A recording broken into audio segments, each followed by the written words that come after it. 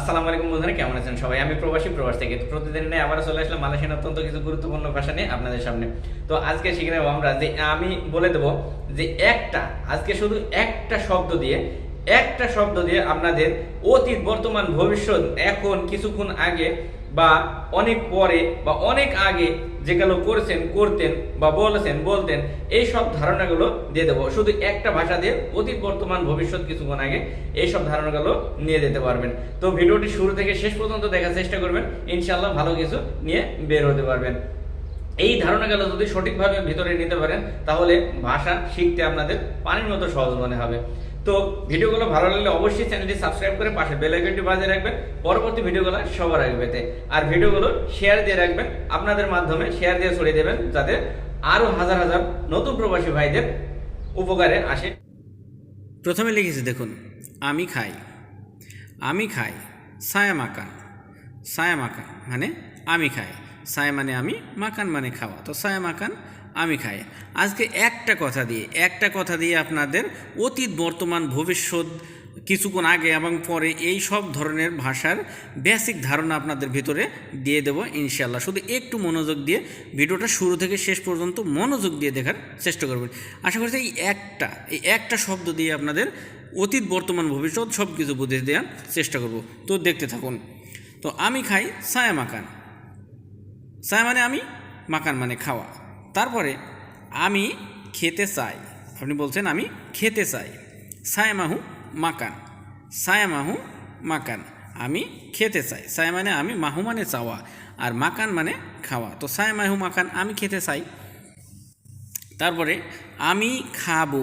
এবার বলছেন যে আমি খাবো, তার মানে আপনি ভবিষ্যতের কথা আসছে এখানে, যেহেতু আপনি খাবেন মানে পরে। তো সায়া আকান মাকান।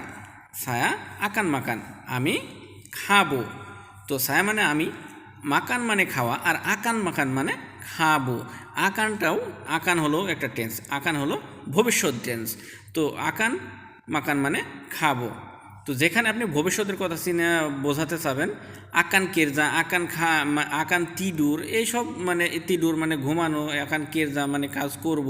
তো এই ধরনের কথা বলতে মানে আমি তো শুধু বললাম না যে একটা কথা দিয়ে আপনাদের বোঝানোর চেষ্টা করব, পরবর্তীতে ডানে বামে আগে পিছে যে শব্দগুলো প্রয়োজন সেগুলোই বসে আইলেই একই বিষয় হবে। ভবিষ্যৎ বোঝাতে চাইলে এই আকান শব্দ ব্যবহার হবে। তারপরে আমি খেয়েছি। আমি খেয়েছি ছায়া সুডা মাকান। ছায়া সুডা মাকান আমি খেয়েছি। তো ছায়া মানে আমি, মাকান মানে খাওয়া, আর সুডা মাকান মানে খেয়েছি। সুডা শব্দ সেখানেই ব্যবহার হয় যেই কাজটা আপনার কিছুক্ষণ আগে সম্পূর্ণ হয়ে গেছে বা সেটা এখনও বর্তমান দেখতে পাচ্ছেন, বা দেখেই বোঝা যাচ্ছে যে আপনি এই কাজটা আপনি করেছেন কিছুক্ষণ আগে। যেমন ধরনের কথাটা বলেছি যে আমি খেয়েছি, তার মানে ছায়া সুডা মাকান আমি খেয়েছি, তার মানে আপনি কিছুক্ষণ আগে খেয়েছেন, মানে আপনার পেটটা ভরাই আছে। তো কিছুক্ষণ আগে খেয়েছেন, তার রেশ এখন আপনি বুঝতে পারছেন। তো এইরকম ধরনের কিছু বলতে গেলে সুডা শব্দের ব্যবহার হয়। আশা করছি সুন্দরভাবে বুঝতে পারছেন।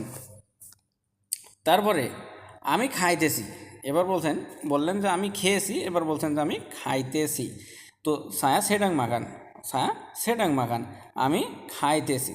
ছায়া মানে আমি, সেডাং মানে সেই বর্তমান, মানে আপনি বর্তমানে সেই কাজটা চলমান, মানে খাইতেছেন, অলরেডি খাইতে বসে খাইছেন। তো ছায়া সেডাং মাকান।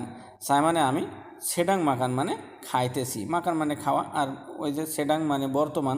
তো সেডাং মাকান মানে খাইতেছি, এই বর্তমান শব্দ বোঝাচ্ছে। তো খাওয়া মানে সেডাং মাকান মানে খাওয়া, সেডাং মাকান মানে খাইতেছি। আবার আপনি বলছেন যে খেয়েছিলাম। আগে খেয়েছিলেন, তার মানে খেয়েছিলাম মানে কি, আপনি আগে খেয়েছিলেন। তো আমি খেয়েছিলাম ছায়া পেরনা মাকান। ছায়া পেরনা মাকান আমি খেয়েছিলাম। ছায়া মানে আমি, পেরনা, এই পেরনা হচ্ছে অতীত। এই অতীতকালের টেন্সটা হচ্ছে পেরনা। অতীতে কোনো কিছু হয়ে গেছে, করেছেন, বলেছেন, খেয়েছেন, এ ধরনের কথা বোঝাতে গেলে তখন এখানে পেরনা শব্দের ব্যবহার হয়। তো ছায়া পেরনা মাকান মানে আমি খেয়েছিলাম। তারপরে আবার বলছেন আমি এখনও খাইনি। আমি এখনও খাইনি ছায়া বেলুম মাকান। ছায়া বেলুম মাকান আমি এখনও খাইনি। ছায়া মানে আমি, বেলুম মানে এখনও, বেলুম মানে এখনও, মাকান মানে খাওয়া।